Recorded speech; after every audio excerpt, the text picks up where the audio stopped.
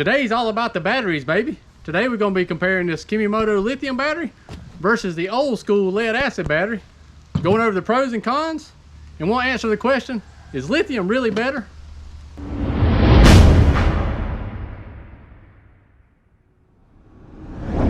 Alright, first off, welcome back to the channel. If it's your first time here, we appreciate it. We like everybody new and old checking out our videos. And hey, hit that subscribe button while you're here. Alright, this is the wonderful outdoor bearded Grump state-of-the-art studio. And I live in the country, so you might hear a rooster crowing. And I'm sorry for the wind if that wind noise is getting picked up. Sorry for that. But today, like I said, is all about the batteries.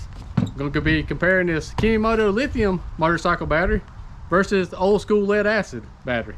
And thank you, before I get started, to Steve at A1 Speed and Sport for loaning me this battery. Because as some of you know, I don't have a motorcycle right now because I'm recovering from a broken back. So, all right, let's get this unboxing done. We'll get to this old school lead acid in a minute.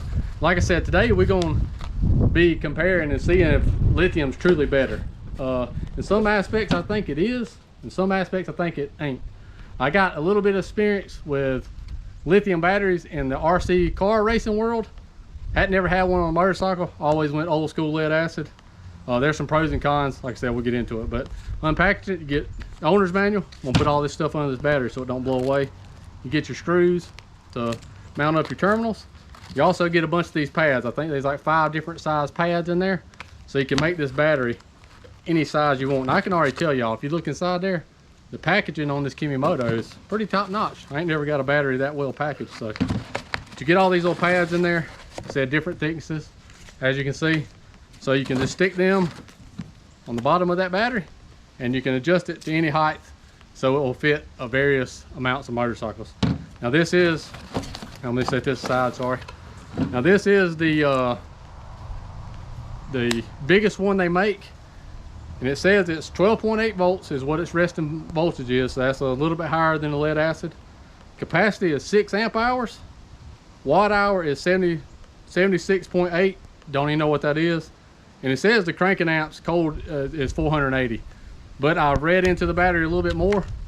The cranking amps is actually around 180, and it has a maximum of 480. So I guess in warm weather, it puts out a little better in cold. Now, it's lightweight. This is about, I think they call it about 2.2 pounds. I weighed this one off camera. It's about a little over 7 pounds. So you are getting a 5-pound weight reduction with a lithium battery. So that is a pro, I guess. But I mean, we're talking about on a 400 to 500, 600 pound adventure bike. It's not gonna make that much of a difference. You're probably not gonna notice 5 pounds. Maybe you can carry a couple extra cans of beans on your camping trip, but it's not gonna make that big of a difference. Let people say it does, but we're not racers. We're out there having fun. So that's probably, could be a pro, but like I said, it's lightweight, as you can see. These are pretty heavy. So take that as for what you will. One thing I will say about this battery versus these old school lead acid, or this particular lithium anyway, I don't know if you can see that or not, but that brass contact there is wrapped in plastic, but that brass contact, they're actually threaded. So that screw just goes right into a threaded brass terminal, which is pretty awesome to me. Makes it a lot easier. You ain't got to fight with that little nut back there. So that's pretty cool. It's also got like a little test indicator on top, so you can see that. It tells us at 90%, so it comes fully charged. Now, a few things about this battery and lithium batteries in general from the research I've done. You want them to have BMS technology. And what that means, if this battery, it can't go above 14.8 voltage on a charge, and it can't drop below 8 volts on the discharge. Excuse me for all my rambling words. But what that means, because lithium batteries, and this is actually not a full lithium, this is considered a LiFePO battery. And from my RC car experience, life batteries, the different mixture inside of them than a full lithium like it's in your cell phone, they won't catch fire as easy. Now, why that BMS technology is so important, if your charging system on your bike messes up and it ramps up to 15, 16, 17 volts, which they can if your voltage regulator goes out, this battery will not overcharge and not explode on you and catch fire. So that's a great pro for a lithium battery.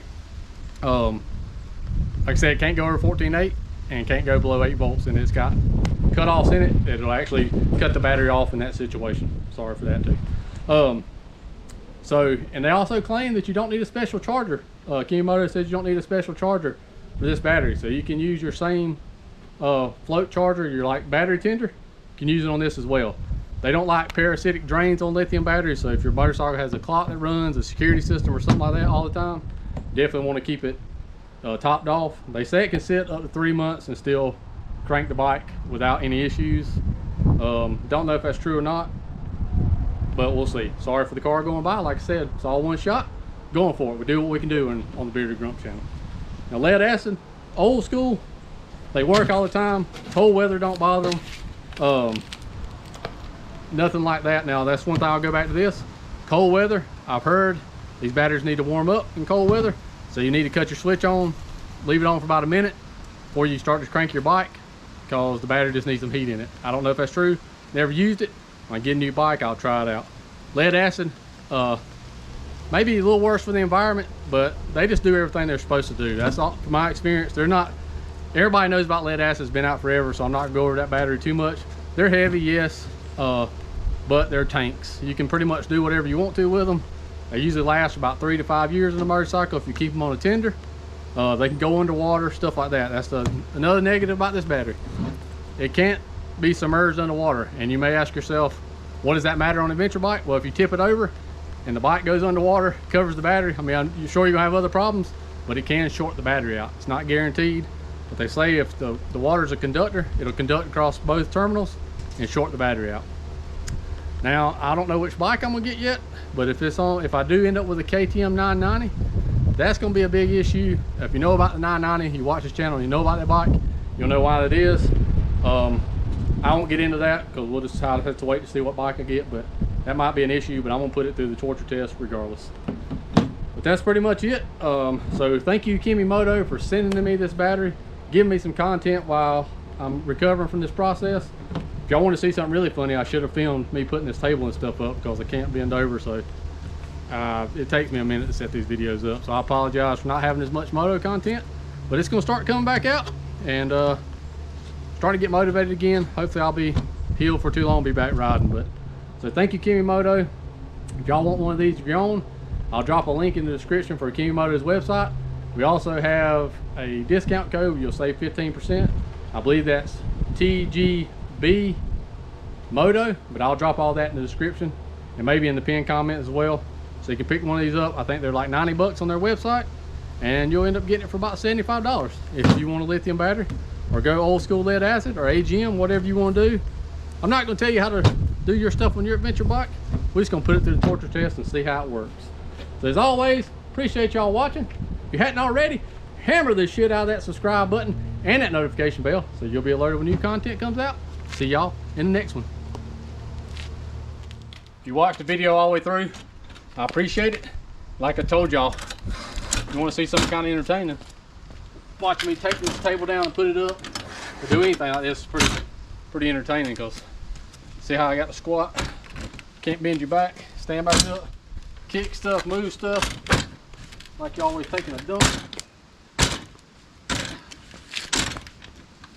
So a little bit aggravating to say the least, but as long as I don't bend my back, I'm good. See? Don't make fun of me too bad, but there you go. So if you watched it all the way through, I appreciate it. Hell, if you didn't, still appreciate it anyway. At least you clicked on it. And we'll try to keep on making the content. Appreciate y'all. And again, see you in the next one.